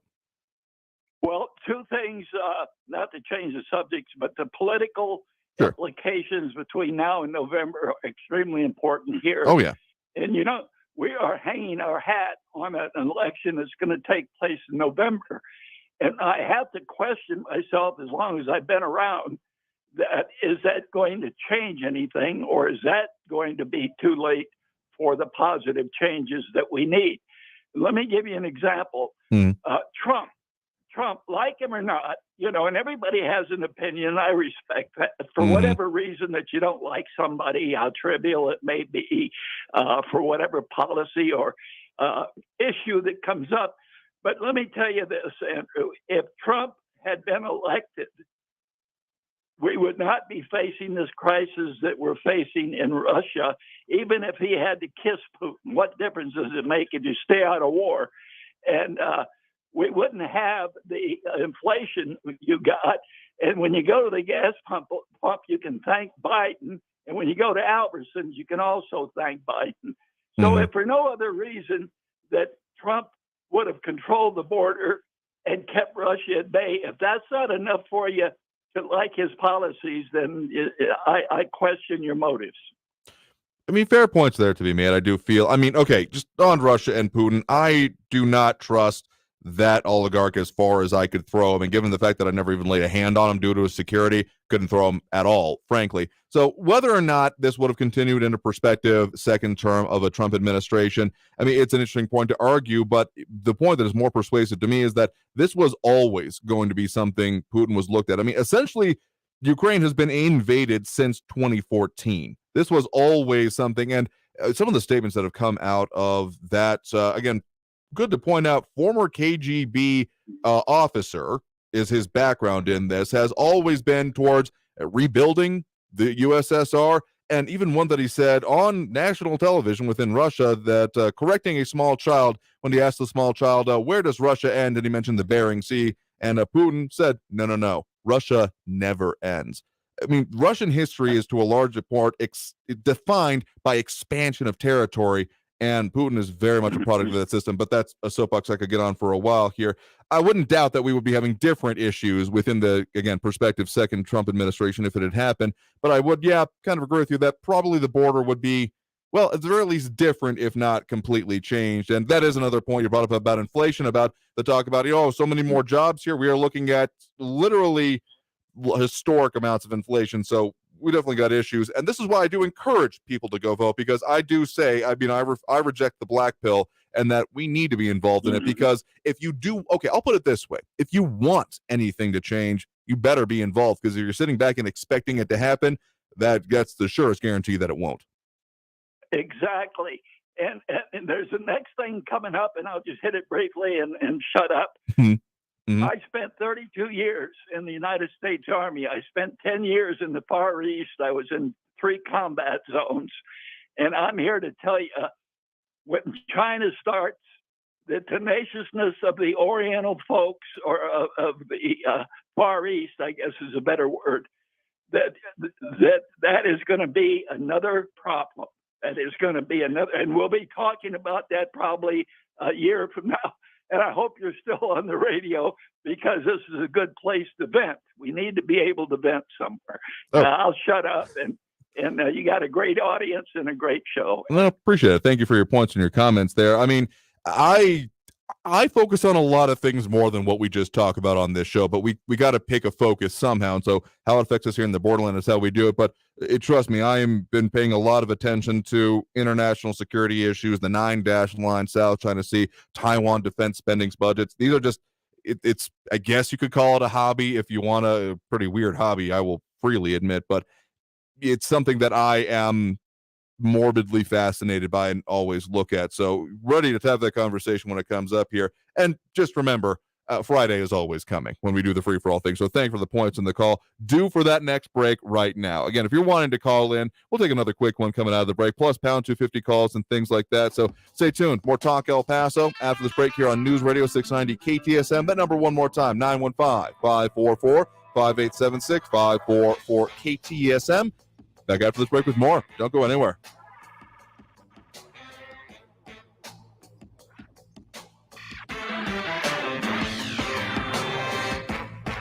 News Radio 690.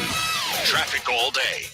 Loop 375 southbound in North Loop has got the right shoulder blocked there at the exit ramp. Gateway Boulevard southbound at Hondo Pass. The right shoulder is blocked there on Hondo Pass exit ramp. And North Loop Drive at Yarborough. Heads up for a crash there, an entry accident with police and EMS on the scene. Take Loma Land as an alternate. Kerry Edwards, El Paso traffic. This report is sponsored by Sylvania. On dark, foggy roads, do your fog lights provide the visibility you need? Upgrade to LEDs from Sylvania, the leader in automotive lighting. Experience how advanced optical design leads to superior down-road clarity. Visit the Sylvania website to find your LED bulbs today.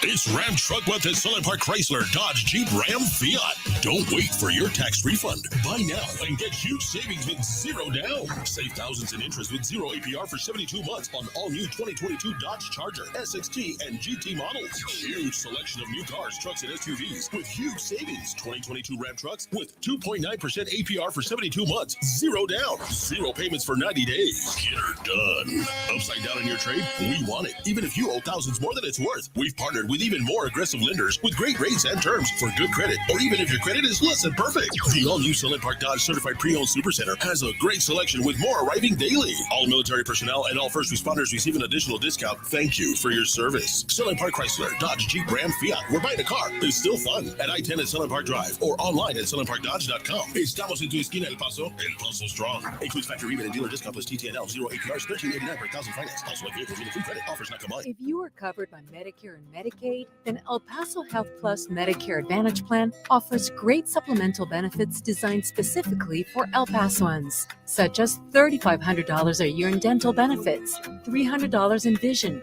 and a quarterly OTC card with $250 to spend on health and wellness products. Plus, generous benefits for hearing, podiatry, home-delivered meals, and so much more. Plus, our new Get Fit benefit to keep you active and social, as well as our new Healthy Eats program. At El Paso Health Plus, we go the extra mile for our members because this is our home and our local knowledgeable staff is here to help you get more benefits, more services, more from your health plan. If you are covered by Medicare and Medicaid, call us 833-742-3125 or visit ephmedicare.com. El Paso Health Plus, your local Medicare Advantage plan. If you see something, why do you say something? I see safe for my friends. For my community. For everyone here. We all have something worth protecting, a why that unifies us. Report suspicious activity to local authorities. If you see something, say something. News Radio 690 KTSM. Live from the KTSM AM 690 studios, it's Talk El Paso with Andrew J. Polk. To be a part of the show, call 915-544-KTSM or follow on Facebook at facebook.com/Talk El Paso. Now here's your host, Andrew J. Polk. Thank you all so very much for joining us here for Talk El Paso, airing live on News Radio 690 KTSM. Your host, Andrew J. Polk. A lot of ways to tune in, participate in the show, be a part of what we do here, if you so choose to. I'll take another call or two if you want to squeeze in before the end of the program. 915-544-5876, 544-KTSM. Joey Carlson with a list of his priorities when it comes to the, like of this previous administration. Let me just say this. I don't go along with the idea, well, I like the guy, therefore I voted for him. There's plenty of people I like that I never want to see in elected office. This is why I talk about the policy. So if you're bringing up, okay, let's talk about specifics about how you feel it helped or didn't help, and that's why you didn't vote for that person or that kind of a thing. It's just that's the core of what should be debate, though it does seem to have been gone away from in large parts, and I don't think we're better off for it, most specifically here. Again, some of the things we're working on you for future shows here. We got more elections, more stuff coming up here, squeezing what we can for these candidates coming up here. Again, we have an open invitation for those in competitive races who want to be on the show. We've talked with a few, followed up with a few, and had a few on here, so more than welcome to do so. And then next week, we've got Election Day, of course, and also the State of the Union, bringing you some coverage of that as well, so stay tuned for more details there. Plus, we'll have on next week the results for it and all that sets up in the races therefore going through, plus the ones that have therefore been decided, because there's more than a couple of those on the ballot, unfortunately. But that's just some of the things going on. Also, the point in the show here, when we get to those pound 250 calls, again, if you want to do a similar kind of thing and leaving your own message for us, have a burning question or comment while we're off air or in between shows, the way to do that is dial pound 250 on your cell phone. Then when prompted, say the keyword Talk El Paso. So they'll ask you, say the keyword to leave your message, and you say Talk El Paso, and you'll hear my voice asking you to leave a nice message. We might use it on air, and you can leave your own message, much like this. This is Marcia Frankie. I am so excited that I have to call you and share with you and everybody else out there some wonderful, wonderful news. But first off, let me say in the interest of full disclosure, this is a Schadenfreude call. All right? I found out that the former guy that used to be president now has to turn over the documents on January 6th phone records and stuff. Supreme Court is not going to take up his appeal. So that means, ultimately, he's going to jail. Not Hillary Clinton, lock her up, lock her up, lock her up, like those morons go chant at his stupid rallies. He's going to be going to jail. I just wanted to share that really, really exciting piece of news with you and everybody else out there in the Southwest border region. Yippee-yi-yay. Ha! Well, at least it's being admitted as Schadenfreude. Again, if you want to leave your own message on your own topic here in between our shows, pound 250, keyword Talk El Paso. Okay, here's the point that irks me the most about this when it comes up to this issue, and this has been an issue for me even since the Trump campaign trail. Honestly, the idea of locking up political opponents is something that is primarily done within third world or dictatorial systems. Putin, man of the moment here, Vladimir Putin, erstwhile dictator of the former Soviet Union and wanting to become the current and future one, is his not so secret agenda. Just completely off topic of what we usually do, but his mildly unhinged speech rewriting history that I managed to sit through earlier this week terrifying in an invigorating kind of way is the way I'm going to say that right now. But more specifically, that's the idea of, oh yeah, everyone that I disagree with should be in jail because of what I feel they have done to wrong me is not the American system.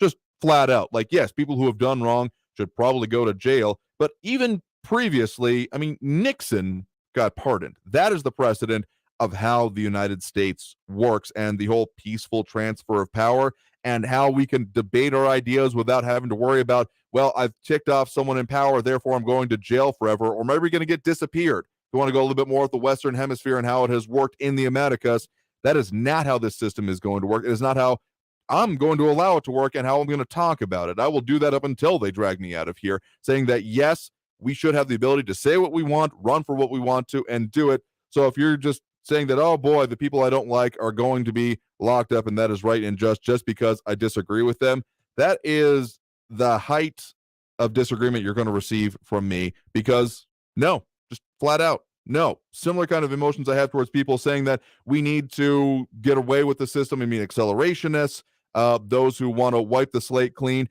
acting like they're going to be Noah when the rest of us are swiped away with the flood. Let me tell you, you're going to be down there with the rest of them, because if you really want to go that far with the extreme of, fixing things, I do not believe that our system is beyond salvaging. I know there are plenty out there who are, and I get some flack for even saying that kind of a statement, among other things we do on this show. But I think I like the way I said it earlier, and as we were talking with Harry the Horse out there, if you think things could be better, make sure you're registered to vote right now in the lake, or the words of the late great Casey Kasem, but get involved. Because if you're just expecting it to happen and it'll work out in your favor, you got another thing coming here. A bit of a soapbox to end the show. What we have to leave it there for today, because we are out of time. Do appreciate everyone who has called in, commented, participated in the show. You all are really what helped make this what it is, because otherwise I'd just be a guy talking in a room that maybe people agree with, but there's enough of that going on. We need to talk about what affects us here in the borderland. We'll do Monday through Friday, 4 to 6 p.m. Stay safe out there. Look twice more seconds on the road. Have a great evening, y'all. Traffic all day. News Radio 690. Gateway Boulevard southbound, we got a crash that's blocking a portion of the Hondo Pass exit ramp. Westbound at Zaragoza, a disabled vehicle is blocking the right shoulder. Stay left. Watch for a crash with injuries. North Loop Drive at Yarborough. Take Loma Land or Alameda Avenue as an alternate. And heads up for an accident in Vista del Sol at Loma Land. Kerry Edwards, El Paso traffic. What's done more to improve overall health and wellness? Modern medicine or personal hygiene? Actually, it's both. But considering that bathing went mainstream in the 1800s and brushing your teeth in the 1900s, isn't it time for something new, like cleaning your nose? After all, your nose is the body's air filter for trapping dirt and germs, the first line of defense against allergens, bacteria, and viruses from getting into your lungs. But how do you clean your nose? With Navage. Navage isn't medicine, it's more like plumbing. Navage uses powered suction to pull saline in one nostril to the very back of the nose where germs can get trapped and multiply, and then out the other nostril, flushing out mucus and microbes so you can breathe better, sleep deeper, snore less, and stay healthier. Join over 2 million others and find out for yourself how refreshing and easy to use Navage is. At Navage.com, Walgreens, CVS, Rite Aid, Bed Bath, and Target. Navage. Clean nose, healthy life. Freedom of speech lives here. To me, freedom of speech is being able to say anything you want. El Paso's News Radio, 690 KTSM. Portions of the following program were pre-recorded. There won't be much substance on your news feed until you add us. Just like us or click on the link at kcsmradio.com. Next Thursday, you will be caught in an extreme flash flood. Disasters don't plan ahead, but you can. Talk to your loved ones about making an emergency plan. Get started today at ready.gov/plan. Brought to you by FEMA and the Ad Council. Let's talk about America. Not taxes or tweets or the issues that divide us, but how incredible our country is. Whether you come home to a crowded city street or sleepy small town, everyone deserves to live in a clean, green, and thriving community. We are Keep America Beautiful, the nonprofit working with millions of people like you to end littering, improve recycling, and beautify communities. Learn more at kab.org. Together, we can do beautiful things. KTSM AM El Paso is